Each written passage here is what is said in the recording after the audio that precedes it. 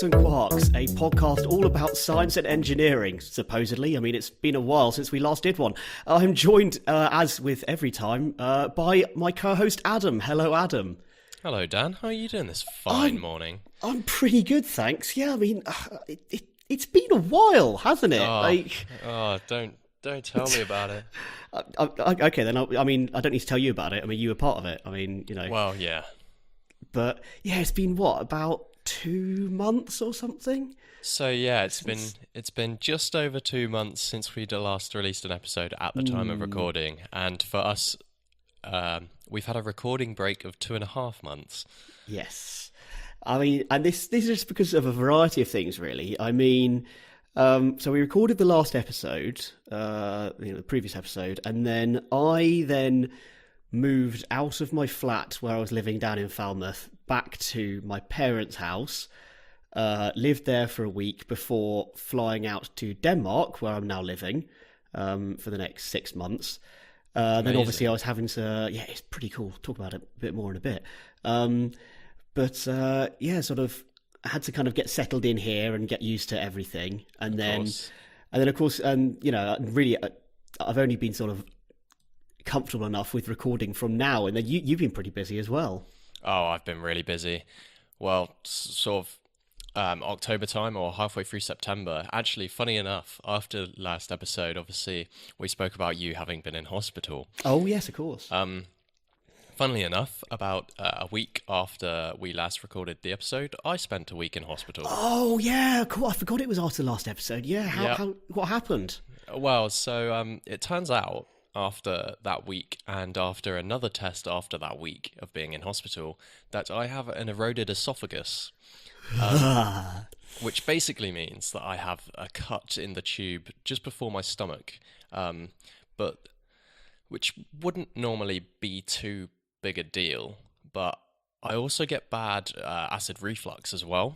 Mm-hmm. So basically what was happening was if my stomach was getting aggravated by anything, I'd get indigestion and it would flare up the reflux, and I would essentially have what is very strong acid going into a cut inside me. Oh my God. Yes. It was fairly painful. Every single muscle in my body just cringed simultaneously. Yes, it was very painful. After a week in hospital, they sort of managed to reduce the pain I was in. Yeah. A lot of morphine, a lot of... I was going to say, a lot of opiates. So basically, you're an opiate fiend now. That's what we've established. I'm now addicted to heroin. Well, let's be honest, you're a physics student. It was only a matter of time before you became addicted to some kind of drug to help you get through it. This is true. And speaking of, I'm now back to university. Hey! Which has been fun. I'm loving our new flat. It's absolutely amazing. Actually, we hosted a poker night for my friends last night. Sweet. How was that? It was really, really good. We played a few games at first, just no cash monies put in, and then a few more friends turned up, and then we did, because we're all students, we just did £5 in for everyone. Okay. So it was a £30 pot. I finished off with £4.55. Okay, I mean, so you didn't win, but you didn't lose massively. No, so... but I mean, there were two of my friends there who have played a lot of poker before, and I expected them to come away with a lot of money, and they did. One of them came away with £12.80, and one of them came away with £8. So okay, and two of my friends lost their money. Hey, well, I mean, poker is a game of winners and losers. So, exactly. You can't go into it expecting to win all the time. No, not at all. Much like life, really. Anyway, me and my flatmate then headed out in the hopes of seeing the Leonidas meteor shower. Oh, was that last night? It was peaking last night and the night before. There was set to be up to 20 meteors per hour. Yeah. Unfortunately, we headed out about midnight, and just because we live in the middle of Bristol and it's in the easterly direction, we couldn't see shit. Damn it. So, I mean, we would have had to been out until 3 a.m. before we would have seen anything, and even then, there would have been a small chance we would have seen maybe two or three, maybe four. Yeah, So, the effort wasn't really worth the payoff. no, it wasn't, which is unfortunate. It would have been Yeah, really that's a cool to shame. see it, but yeah. Yeah. I'm annoyed I didn't realise it was last night. I would have headed out and had a look because Oh yeah, you would have had amazing opportunity to I see would it have in had, Denmark. yeah. Like, so where I'm living, I'm kind of living in it on the outskirts of Copenhagen, Right. and so it only takes you sort of half an hour to get into the centre. But so there's still some light pollution, but it's not as bad as the centre. But I could have quite easily hopped on a train or a bus. Side note: the public transport here is excellent, and like Makes a oh, change. it's so nice. Like there's been a few times where I've had like delayed trains and stuff, but that's like not near like when I say a few times, I mean like there's been like a day where there were strikes. It's like okay, that makes sense. Oh And yeah. then there's been a couple of days where they said like the trains are delayed, but when they say delay, they don't mean like half-hour delay. The trains run every 10 minutes. So when they say the trains are delayed, they mean the train that was meant to arrive in 10 minutes actually arrives in 15 minutes. Right. Like it's really not a big issue. So it's I lovely. see. And anyway, yeah, easy enough to. I could have just jumped on a train, headed a bit further north, out of the countryside a bit, and I could have got an amazing view. I am pissed I didn't think about that. Yeah, well, the only reason I found out about it is because obviously I'm on a physics course and everyone on the course knows about it. I can't think why. I received messages about it, but yeah, like honestly, in Bristol, we were sort of having to look right over the city, and just because of like it was very cold last night, so there was a bit of a. Would you know what I meant if I said a heat haze? Yeah, So it there kind was of like a bit of condensation in the air, like. So yeah, we had a bit of that, and it was just it was like haloing the city of light. So there was just Yeah. not a chance in hell we yeah, were going to just see a just thing. the moisture in the air kind of just refracting the light from the city, yeah. bouncing it around and making visibility just not great for anything. Exactly. Anything in the sky. Oh, that's annoying. Yeah, that's why. Like, I've got cousins who live out in Australia, and they came and visited, and they were telling us about when they were just out in the outback looking up at the stars. And I was like, that sounds amazing. I want to go. Funnily enough, my aunt and uncle went and did that on their honeymoon, and they said it was nice. absolutely amazing. Yeah. I would love to do it.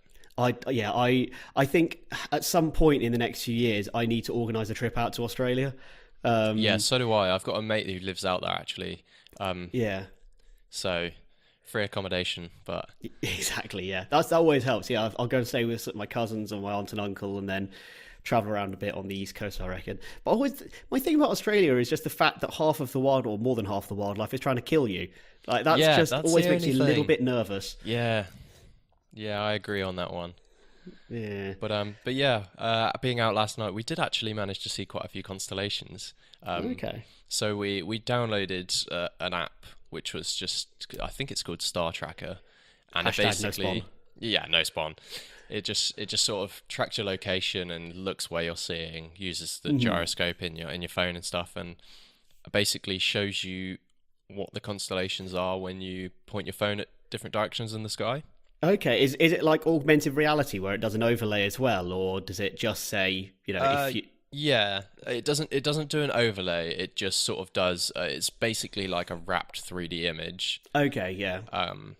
and it just tracks your direction more than anything, and just shows you. So you can pretty much see when you're looking at stuff where things are, and it's actually really cool because we found a small speck of light, which actually turned out to be the Andromeda Galaxy.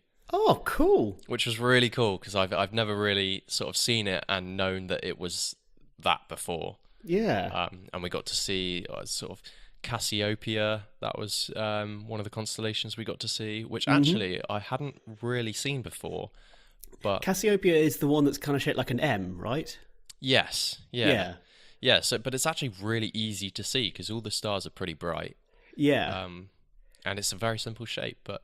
Yeah, a few other constellations as well. It was really cool. No, I can only really because I went on a space astronomy course. Oh, I don't know, like 7-8 years ago now, where we did all kinds. Like we stayed up late one night and we got out a nice telescope and we looked at the moons of Jupiter and learnt to identify the constellations. But the only ones I can remember are Cassiopeia, Orion, and Ursa Major and Ursa Minor. Like those are really like we definitely learned more than that. Yeah, but the plough. I think the plough is Ursa Major. I think it's just another name for it. Yes, it is. It's part of Ursa Major. That's it. Yeah. Yeah. Because you then use the plough, don't you? The sort of the two far right stars, geometrically, not politically. You use those, you form a line out of those, and that's how you find Polaris, a North Star, isn't it? Yes, and that is also how you find the Leonidas one too. Is that how? Oh, okay. Yeah, as in those two point to something called what is it? It's like the Saith or something like that, or okay. And then as part of that is part of the Leonidas kind of constellation. Okay. Yes. Yeah. Sorry, lost my words. That's all right.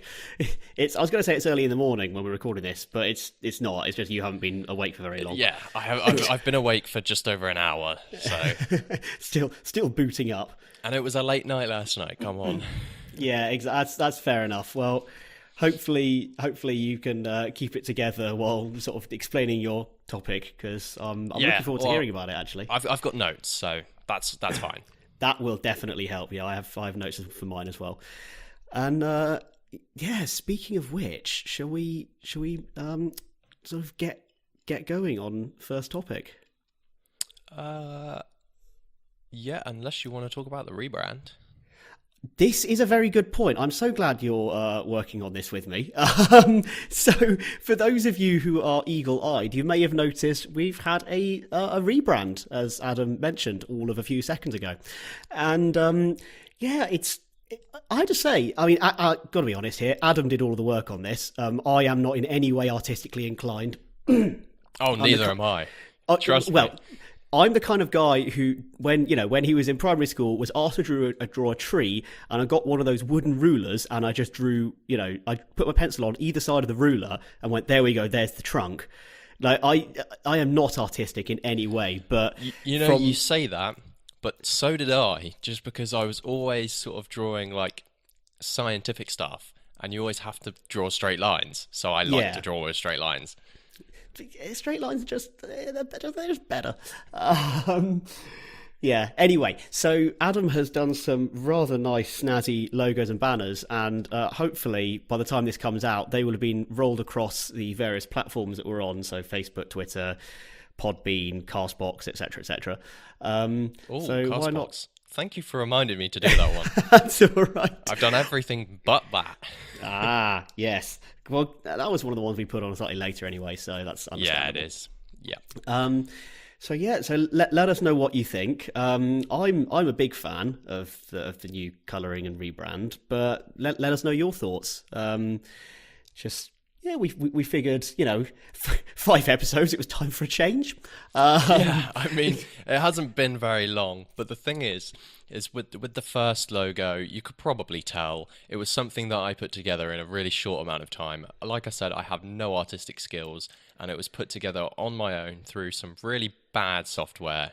And for this, I used a proper logo design website, which is designed specifically for graphic design work. So it was just a lot easier and a lot better. Yeah.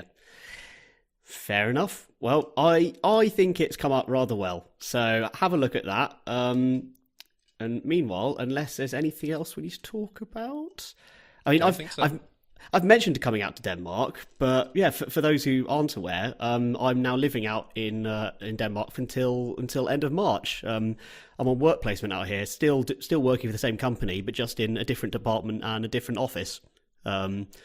It's more of a sales role. I'm speaking to customers. I'm trying to learn Danish and Swedish and Norwegian and Finnish. So, yeah, basically Google Translate is now set to auto open when I turn on my work laptop.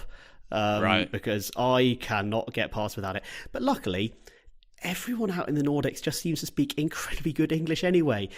Really? Honestly, to the level where okay, so when you say people speak good English, it's like, okay, yeah, they can have a conversation, but you can, sometimes there's a few things lost in translation. No, the fact that, like, I have chats with my work colleagues, and they are using idioms and just expressions that just clearly are not direct translations, so they understand the context, and it's like, it's because they learn from a very young age, but Right. it's embarrassing how good they are at English compared to how good I am at any other languages. I'm fumbling. I can just about speak English on a good day, and I'm fumbling my way through every other language with the help of half-remembered words and dictionaries of Google Translate. Sure.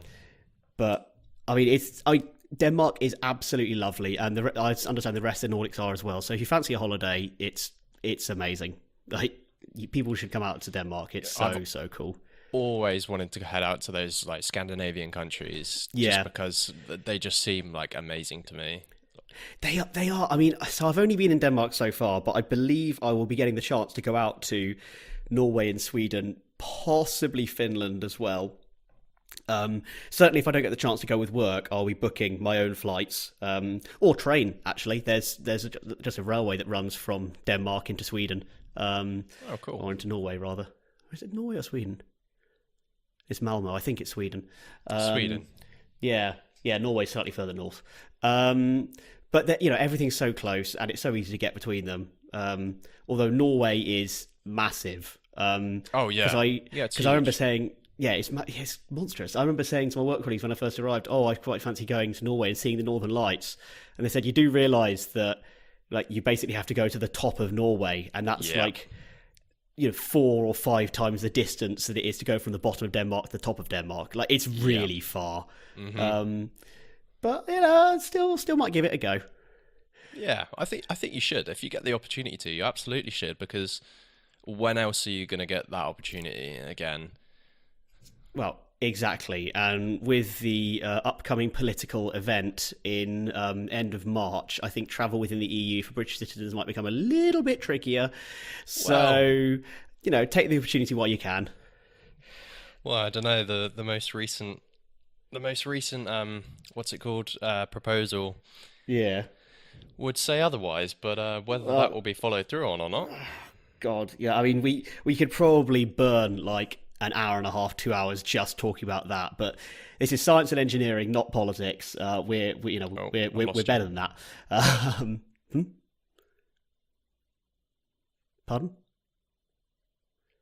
Oh, Microphone listeners, has I think died. Adam's gone. Adam's gone, and this is just a recording of me now. Not entirely sure what's happened. So I'm gonna make my party political broadcast now. Oh, no, he has timed out and gone from our TeamSpeak channel. Nope, that's it. Rip Adam. So what I wanted to actually talk about is the coup that I'm actually going to be conducting on this podcast. I think it's time for a bit of a change. Having 2 presenters is all well and good. Oh, he's back. Oh, hello. I'm here. You're back. Oh, I definitely wasn't discussing the coup that I was going to have on this podcast where I became the only presenter. Oh, right, okay. That would have been fun. I'm very sorry about that. My internet right. dropped. Oh. Which is very, very strange. Yeah. Don't know why that happened, but Anyway, anyway. these things happen. I mean, that's probably a good time to move on. Maybe. Yeah, I think so. Yeah. So cool. So first topic for this week, I think it's me, isn't it? It is you. Yeah, indeed. Yeah, excellent. So this week, now, do you remember what the topic I talked about last time was? I believe it was biological batteries. It was, yeah. So batteries that use electricity released by bacteria, basically. So this week's topic is kind of related to that, not intentionally at all. I was just looking for interesting engineering news that happened this week. It just so happened this sounded really cool. So the topic I'm going to be talking about this week is bionic mushrooms. Bionic mushrooms. Yes. Now, these have kind of been in the news, and actually just recently I saw that QI, the Twitter account, tweeted out about it, and I was sort of kicking myself because I was like, damn, people are going to see that and find out before I talk about it on the podcast. But never mind, I'm going to go into a bit more detail. Please do. So bionic mushrooms, It's essentially some research from Stevens University in the US, which I believe is in New Jersey. Stevens Institute. Yeah, Stevens Institute of Technology in Hoboken, New Jersey. They have created these bionic mushrooms. And basically what they've done is taken an ordinary white button mushroom and they've added some bacteria to it and some graphene sort of nanoribbon conductive surfaces and made it so that when you shine a light on it, the mushroom generates electricity. Mad. It's completely mad. Effect, but with mushrooms. Yeah, so I'm going to kind of explain through kind of how they've done this and how it works. Okay, cool. So at the core of it are these things called cyanobacteria. Now, these are a type of aquatic bacteria that obtain energy through photosynthesis. And obviously, photosynthesis is, creating energy from water, CO2, and light. Sure. For anyone who's kind of studied biology at sort of GCSE level or has a basic understanding of biology at all. Now, they produce cyanobacteria, obviously, as part of this photosynthesis, produce oxygen, and they're actually thought to be the cause of the Great Oxygenation Event, which oxygenated our atmosphere, which then allowed aerobic life to form. So we kind of owe our existence to these cyanobacteria, even though, they're also responsible for algal blooms, the blooms of algae, name gives it away, that kind of sometimes appear in kind of seas and lakes and rivers. The trouble is those can be toxic, and that can actually cause, if it's like a recreational swimming area or whatever, they can cause it to be closed because they can, cause some quite nasty health effects. The Just name on for that. Sorry, just on That's that, right. I believe during the summer actually, because everything was so hot and we just had no rain at all. There was a lot of places in the UK which were suffering from a blue-green algae blooms, like in a lot of lakes and rivers. And exactly. That was toxic. Yes, so those are cyanobacteria. So these algal blooms, they happen more often when, as you say, it's warm and when the waters are still and they're able to kind of grow and multiply. And it's funny that you say they're green-blue because the name cyanobacteria literally comes from the Greek kyanos, I probably mispronounced that, which means blue. And it's, as in the bacteria themselves are sort of bluey green. Interestingly, the poison cyanide, carbon nitrogen, it comes from the word itself comes from the same root, kyanos, because cyanide was first produced by heating the pigment Russian blue, and that produces the cyanide poison. So that's kind of the same word root. Oh, that's very cool. Thanks for that. Nice bit of history. Exactly. So as I said, kind of they produce energy from photosynthesis. So the actual equation, for those who don't know, is 6 CO2 plus 12 H2O plus light produces C6H12O6, which is glucose, plus 6 O2 plus 6 H2O. So you still get some water at the end. Now, I then read a PDF which kind of went into the explanation of photosynthesis in a bit more kind of microbiological detail. So it does this by using light to activate Photosystem 2 to split water into hydrogen ions and oxygen molecules. So hydrogen ions obviously being just a hydrogen atom but without the corresponding electrons, so H plus. Yep. Now, Photosystem 2 is here's a fun bit, is a group of two or more polypeptide chains that use enzymes to energize electrons that are then used within the energy-making process within the bacteria. Yeah, now I didn't go too far down this rabbit hole because I'm not a biologist and I'm more interested in the kind of the engineering of the macro solution here. Sure. But essentially, the energized electrons come from oxidizing the water into hydrogen ions and molecular oxygen. So, okay, I can see that. Yeah, so you split the water into hydrogen ions and molecular oxygen, and then so then the hydrogen ions are used to create the glucose, whilst the oxygen is just released into the atmosphere or the area around. cyanobacteria. Sure. However, not all of the electrons released by the oxidation process are used by the cyanobacteria to, in its energy creation process. So then, much like the bacteria I talked about previously, they're released by electrogenic activity. So, the water is split, and then most of the electrons are kind of taken into the cyanobacteria and utilized, but some of them are just released and they become free electrons floating around. Okay. So, cyanobacteria themselves, they're well known in bioengineering for electricity production. We've known about them for a while, we've known about their abilities, but the trouble is they can't survive for long on artificial biocompatible surfaces. So if you're wanting to sort of grow them, it has to be on, non-artificial surface. So researchers wondered whether the white button mushroom, which already hosts a rich variety of microbial life on its surface, which I didn't know about. Apparently they do.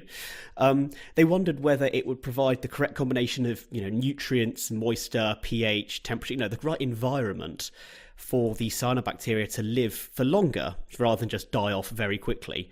Okay. And obviously, if they can live for longer, you're able to generate more electricity from them. So their tests revealed that cyanobacteria lasted several days longer on the surface of a button mushroom than on either the surface of a dead button mushroom or just on plain silicon. So they proved that the conditions were actually better on a mushroom. So great. Okay, that's pretty cool. Yeah, exactly. Then, and I love this sentence so much, they used a robotic arm 3D printer to print an electronic ink of graphene nanoribbons to create a branch network of conductive paths across the surface of the mushroom. If that is not the coolest thing I've ever heard, I don't know know. what is. It's like we're living in the future, man. It's amazing. So essentially, so let's break that down. So robotic arm 3D printer. Most 3D printers are kind of X, Y, Z 3D printers. I think we talked about previously, like a bed, and you go left and right, and you build it up. Yeah, exactly. Whereas this is a robotic arm 3D printer. So think of just a 3D printer extrusion nozzle head, but mounted on a robotic arm. So the robotic arm controls the movement. I think I've seen them before when I believe it was an experiment in Japan. They built a bridge with them, two of them, on either side of a river, or a very small. It's probably a stream, actually. Let's be honest. Yeah. And they automatically built a bridge across the stream. Using 3D printed using robotic arm 3D printers. Yeah. That must have been like 3D printers of concrete or something. No, it wasn't. It was polymer. Really? Yeah. Oh, that sounds cool. I'm going to be looking that up later. I believe it was a polymer anyway. Yeah. Yeah. Really cool. Oh, sweet. Yeah, so this wasn't a polymer. This was an electronic ink of graphene nanoribbons. So graphene, obviously, the very, very thin form of carbon. And very conductive, a lot of interesting research being done into it. And the nanoribbons literally just very thin, flat surfaces. So I'll include links to obviously everything I'm looking at, and it's got photos, but it looks like someone's just drawn black lines onto this mushroom. But it's just conductive paths, essentially, just laid across the surface of the mushroom. Well, basically, all they're doing is making a mushroom into a circuit.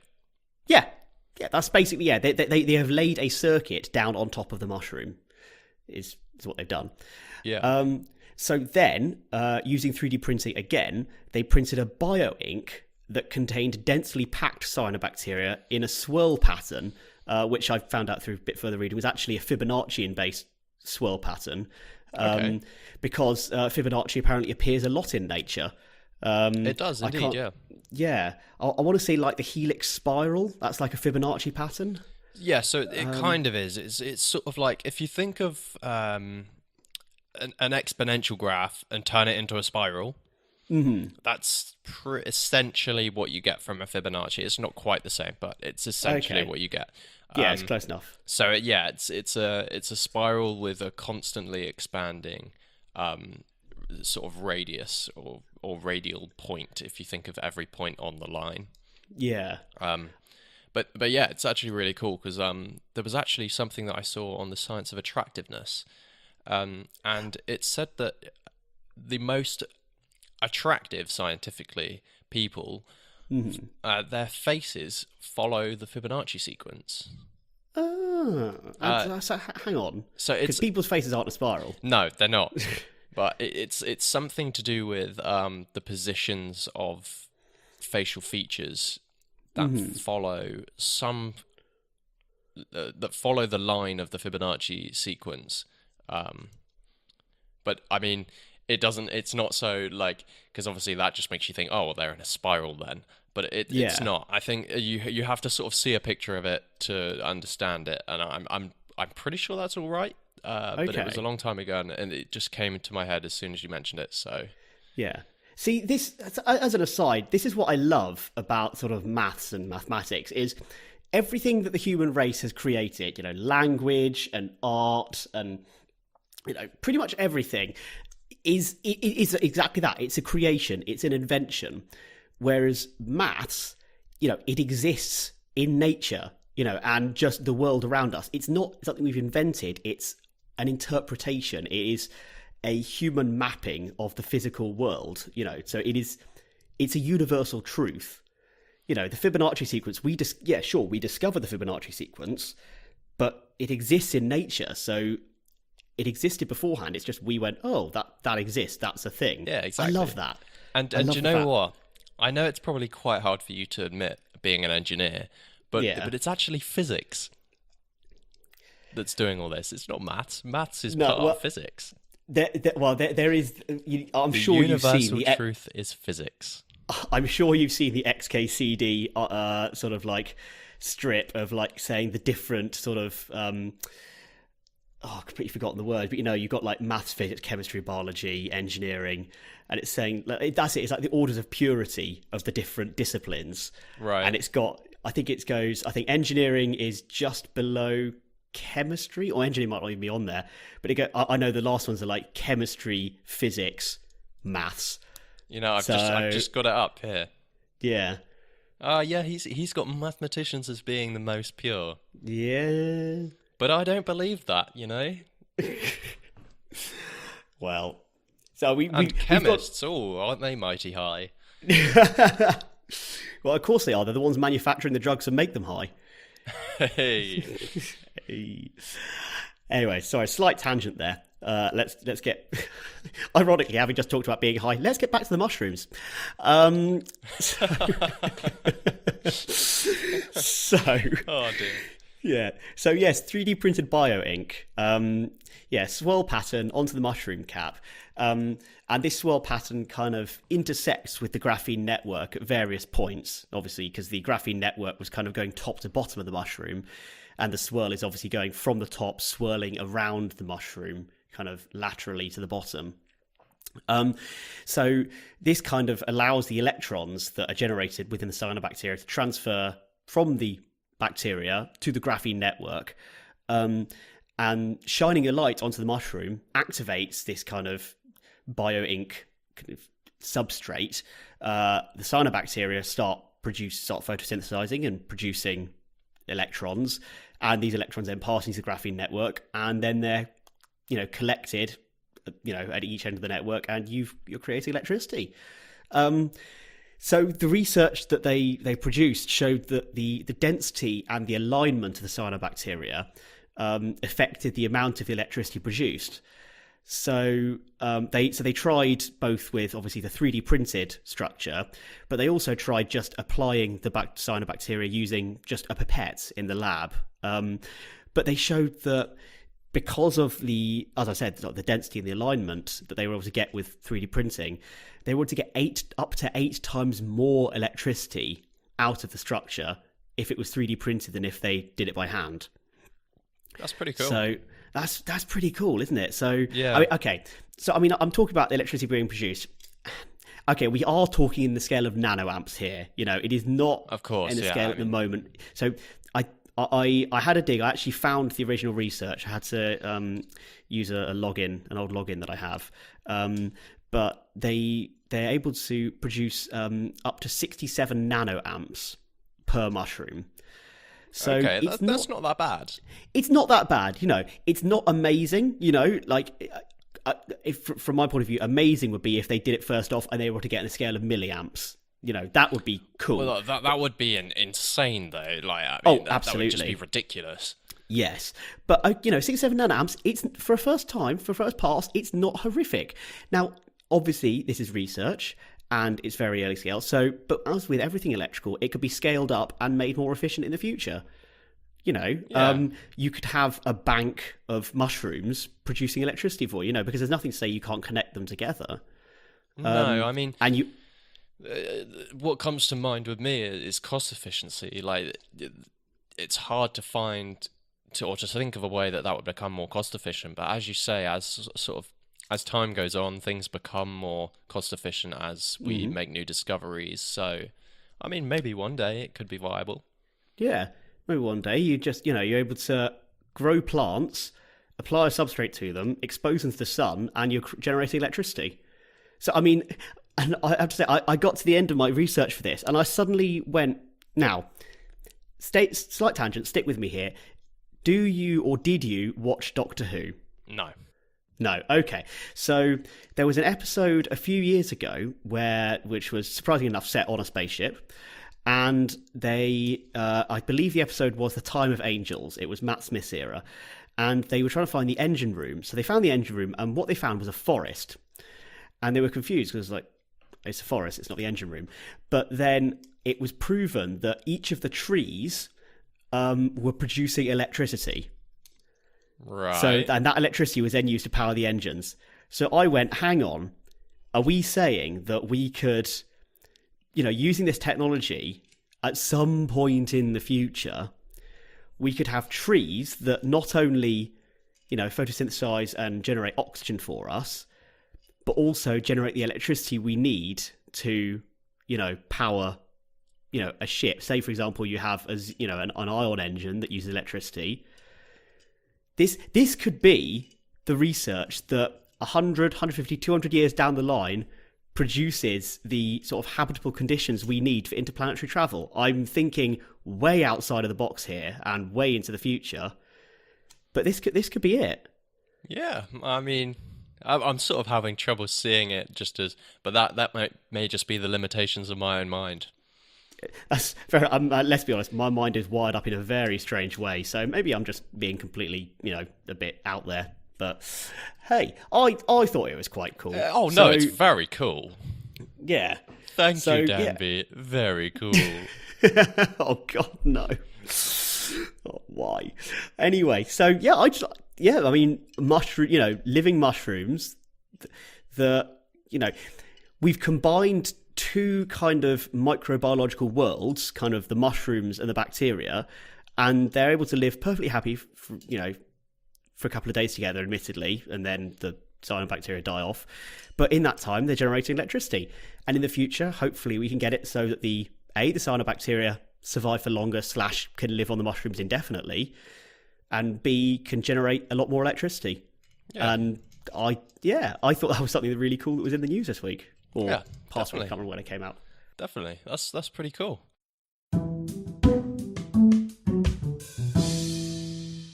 Okay, Dan. So this one from me today is going to be sort of about the entire universe in a way. You do realise we've only got a certain amount of time to record this, right? I mean, and there is, the universe has a finite lifespan. Well, yeah, I mean, out of the 14 billion years it's been here, I might need, let me see, 20 minutes, 30 minutes? Oh, yeah, that's fine then. Go for it. Yeah, I mean, that would be quite impressive if I explained the whole universe in 30 minutes anyway. If you just spend 30 minutes saying the number 42, I'm going to be pissed. Yeah, no, I'm not going to do that. Okay. So what this is going to be about is I'm essentially going to be talking about the biggest and the most recent news in physics since the Nobel Prize announcement this year. I'm going to give you a guess now. If you can guess, then I won't be that impressed because, I mean, it's pretty big news, but yeah. But I will be impressed. Now, I did see something pop up on I think it was on Twitter or Facebook, I can't remember. Physics record. Is it to do with the kilogram? It is indeed. Oh, I think I know what this is, but go for it. Okay, so what I'm going to be talking about is the fact that the kilogram has been redefined. Yes. So, you might think, first of all, like, what do you mean, definition of the kilogram? If you're not really that scientifically inclined, you might think, well, the kilogram's just a kilogram. That's what it is. Mm-hmm. But no, I'm going to tell you a bit about the history of the kilogram. Okay. First of all, so you may not know, but the very first definition of the kilogram was actually originally called a grave, quite ironically. Oh, okay. And it was made an official unit of measure for mass by the French Academy of Sciences in 1793, and it was essentially done to have a better standard for measuring grain. Okay. So it was called the grave with a V. Yes, Okay, but it was for measuring grain. it was for measuring grain. Yes. Okay, and any reason for the name grave? Does it mean something different in French, or? I'm not entirely sure. I think grave does mean something in French. Whether you can quickly look that up, whether it might not be anything, but yeah, if you want to give that a quick Google Translate. Yeah, you know me; it's permanently open now. Oh yeah. It means serious. There's a surprise. Or severe, or acute, low-pitched, bass, solemn, enormous, weighty. Weighty. One of the translations is weighty. Well, that may come from the fact that the kilogram was called the grave, so that may be the other way around, rather than they called it the grave because it means weighty. It might mean weighty because the kilogram was originally called the grave. Yeah. Okay. Anyway, a bit of etymological history. Yeah. So the grave was decided to be the mass of 1 decimeter of distilled water at a temperature of 4 degrees Celsius. Now, the reason for it being done at 4 degrees Celsius is because that is the temperature at which water has the highest density under standard pressure. Right, okay. Standard pressure being 1.01 atmospheres? Yeah, indeed. Or kilo atmospheres. Yeah. Oh, no. Yeah, atmospheres. I was going to say killer atmospheres. At that point, the water is solid. It's killer something. Yeah. Anyway. So, that's the temperature at which it is highest density under standard pressure, which means you're getting sort of the maximum mass of 1 decimeter of distilled water, essentially. Okay.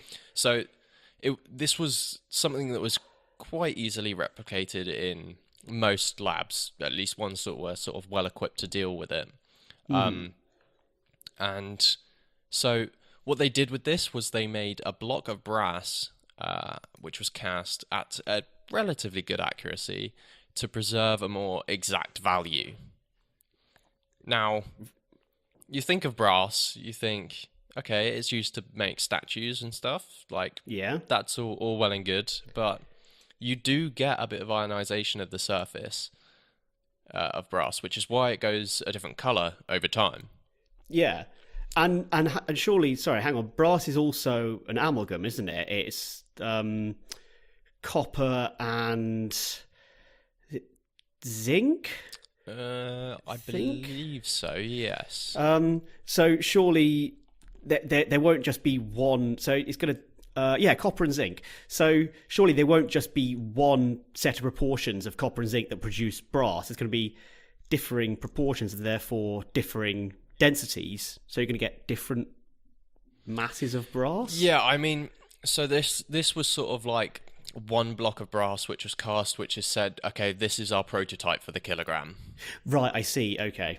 Rather than being able to make it out of any block of brass, because obviously, like you said, you get different purities and different proportions to make different alloys of brass. Yeah, gotcha. But anyway, so this was all well and good, but unfortunately, the big problem with this definition was because at the time, the meter wasn't actually defined accurately. Right. So that was also defined by I believe it was a steel rod, or it's some other alloy. It was just a rod of a length, and that was the meter. Right. So yeah. Once the meter's definition changed, which is now, hang on 2 seconds. Okay. The meter is now the length traveled by, or the distance traveled by light in 1 over the speed of light's worth of seconds. Right, Howard, sorry, say that again. So the meter is the distance traveled by 1 over 3 times 10 to the 8 seconds. Right, okay. The length is now the distance traveled in 300 millionths of a second. Right, okay. The distance travelled by light. Yeah, the distance traveled okay. by light in 300 millionths of a second. So that's the speed of light. So it's a bit less than 300 millionths, but just rounding. Do you know when that was defined? Because surely it's got to be at some point where we could accurately measure the speed of light. Yeah, so that was sort of done once interferometers and the speed of light actually became, like, measuring the speed of light became a bit more accurate. I don't have a date for it, No. but it was a fair bit later, to say the least. Yes. Yeah, what wasn't in the 1700s. Yeah, so, and because the meter wasn't defined that well, the kilogram needed to be refined to meet a higher level of accuracy which was needed for scientific practice. And so, because the meter wasn't defined, obviously you get, because you have a decimeter of water to define the kilogram. Ah. So yeah, that was variable then. So yeah, so you have small errors in the length needed to calculate the volume, and then you'll have very small errors in the actual amount of water which is going in, because it's sort of hard to measure out exactly 1 decimeter of water. So these really small errors actually translated into very large errors when you're measuring anything that's either very, very small in mass or very, very large in mass. Yeah. So when sort of astronomers started finding all these methods for calculating the masses of stars and such, you would get very large errors caused due to this very small error on the initial kilogram. Okay. So, after some time, which came to 1889, the General Conference of Weights and Measurements, that's one wild bunch of guys. Hell of a name. They basically decided that a new physical object was needed to define the value, and it was deemed the International Prototype Kilogram. Now, this is essentially what's been used till this day. 6 copies were made in total, and they were cylinders cast from an alloy of platinum and iridium.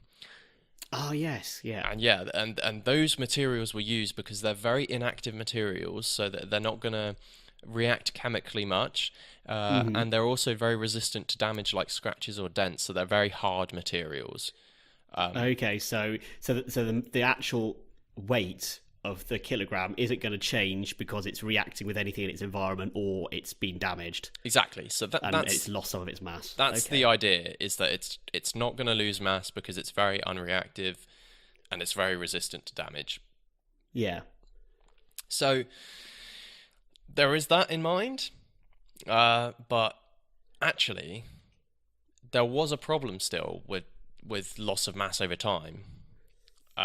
It was very, very small. I believe it was 2 times 10 to the minus 6 since 1889. That would be kilograms. Oh, okay. So that's not every year. That's just since. No, yeah, that's just since. So it really is changed in mass much at all. But it does still create these errors when you get up to the very, very large scales of sort of finding the mass of galaxies now. Yeah, sure. It doesn't affect you if, for example, you're weighing yourself on a set of scales. No. But if you're weighing a star on a set of scales, then it's gonna affect it. Exactly. Well, weighing a star on a set of scales may have some implications. Well, if you got a long enough lever. All right. Yeah. Fair enough. But yeah. So ever since the creation of the International Prototype Kilogram, that's been kept in a facility just outside of Paris. So it's been kept underground in a very high security vault for all that time. And actually, Yeah. that's just one of them. One of them is kept there at all times to sort of act as a control. Yeah. And all five of the others are sort of shipped across the world to ensure that every country and everyone is using the same standard of kilogram. Right. Okay. So every kind of country in the world is within a relatively close, globally speaking, distance of, a mass of 1 kilogram. Yeah, I mean, or else we just have different places and different companies saying that one thing had two different mass measurements, because one company could say, okay, this mug weighs zero point 0.3 kilograms, and Yeah. a different company or country could say, actually, no, it doesn't. It weighs 0.25 kilograms. Yeah. So okay. So it's a global standardization tool. Yeah, exactly. So that's the whole reason why the other five are sort of sent out. Okay, it's funny you say like the not the original, but one of them is kept in a high security bunker outside Paris. Why am I imagining Nicolas Cage just with a plucky troop of guys going, "I got an idea. We're gonna steal the international kilogram." Yeah, actually, it's nicknamed Le Grand K.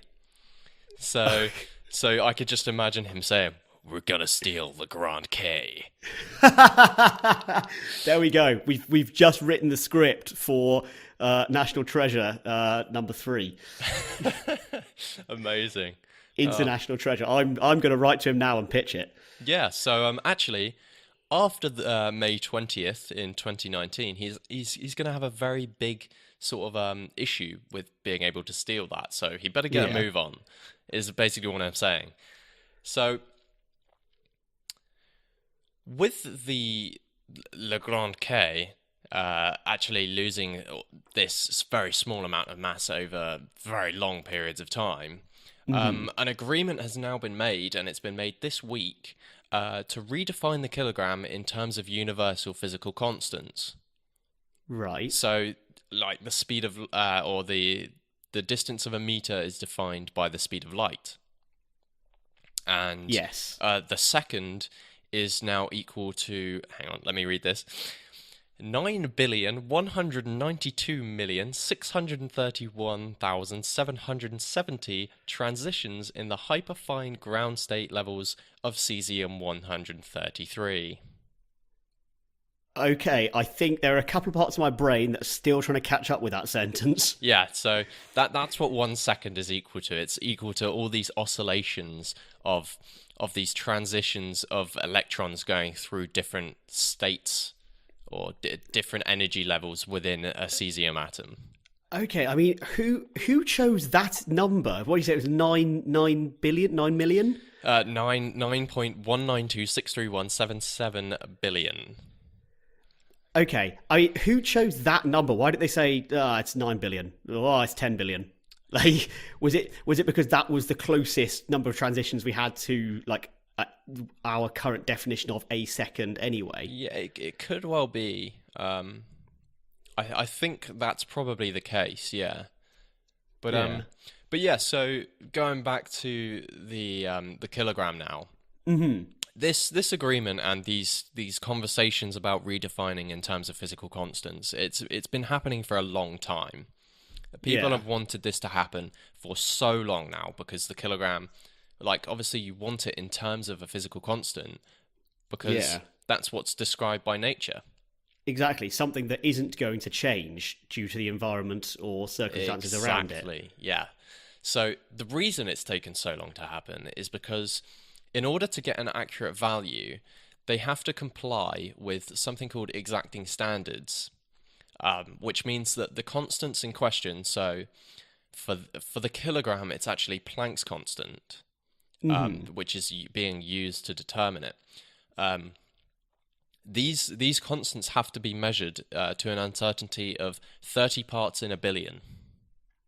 Right, that's quite a good level of uncertainty. Yeah, it is a good level of uncertainty. It's not actually that amazing, but it's good. Okay. Nonetheless. Which is, as I said before, these have already been done for the second and the meter. So the agreement states that as of May 20th, 2019, the kilogram will be defined in terms of Planck's constant, as I said before, which is equal to, I'm going to give you another big number now. Well, Good. actually, it's a very, very small number, but it's a long one. It's Okay. 6.62607015 times 10 to the minus 34 joule seconds. Right. Okay. And that's Planck's constant. So you think that's an incredibly small number. Yes. Planck's constant, minus 34. of course, is used to, or it's used in a lot of things, mainly in particle physics and quantum physics. Yes, I remember that from my A level. Because it describes a lot about the atom, and it's basically heavily linked to quantum physics and the birth of quantum physics. Yeah. So the constant is usually measured in joule seconds, but this can also be expressed as kilograms meters squared per second. Right. Okay. Yeah. So that's what joule seconds is also equal to. Yes. And because you get it in terms of the kilogram, you can use it to define the kilogram. Oh, I see. Yeah. Because we've already defined a second and a meter using other universal constants. Exactly. That allows us to define the kilogram in terms of it. And the only thing that's been holding us back is getting Planck's constant right to the right amount of uncertainty.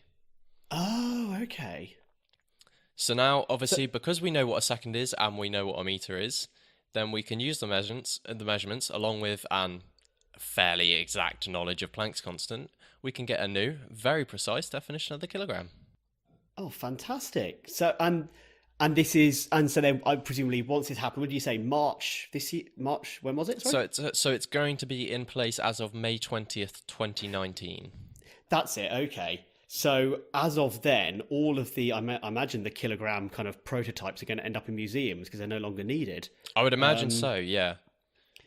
And then, okay, I mean, presumably the redefinition is going to be close enough to the original kilogram that for day-to-day usage, it's not going to affect anyone. Like, it's not as if someone who previously said they weighed 70 kilograms, it's suddenly going to weigh 67 kilograms. Oh, no. Because the change is not going to be that massive. Ha ha, pun intended. So, but as you say, on like very, very small measurements of mass or very, very large measurements of mass, it's going to make a significant difference because finally you're able to define something much more accurately. Yeah, so in terms of being a difference, you're not going to see that big a difference, even in sort of pretty large mass measurements. Okay. You're only going to sort of be able to refine your uncertainty better. Right, I see. Okay. So yeah, it's a reducing uncertainty thing. In terms of scientific practice now, it's not going to make a huge difference other than, like I said, with those very incredibly small mass measurements and incredibly huge mass measurements. I don't know why I keep saying MASH. MASH. It's a great TV show and a very tasty food, but it's got nothing to do with a kilogram. It doesn't at all. Apart from that, it could weigh some fraction of a kilogram, or this is true. Many, many kilograms if you have a lot of it. A kilogram of MASH. Carbs. Yeah. So yeah, there's actually a very good article by PBS which is about how Planck's constant was measured accurately, and that will be in the show notes. But yeah, it's kind of weird because we used our definition of the kilogram to define Planck's constant, and then you use Planck's constant to define the kilogram. Yeah.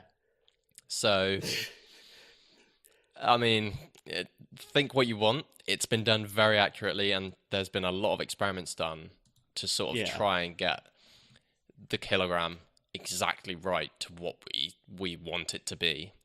And actually, I'm not sure if you know, I think there was a Veritasium video quite a while ago now, where he spoke about Lagrange K, and he spoke about the kilogram, and he was talking about an experiment that was done called the Avogadro Project, which is basically where the group of scientists hoped to calculate the exact number of atoms of silicon in a sphere that was equal in weight to the Grand K, which used a single isotope of silicon, which is silicon-28. And this silicon sphere was made smooth to near atomic precision. Wow. So it was essentially the smoothest object in existence, or the most spherical. The most surely that be the most spherical man-made object. Yes. I thought neutron stars Yes. are ridiculously smooth. Yeah, that's very true. Yeah. But yeah, and that was sort of done to derive a more precise Planck's constant, but basically the researchers were just not satisfied by the results it gave, and it went nowhere.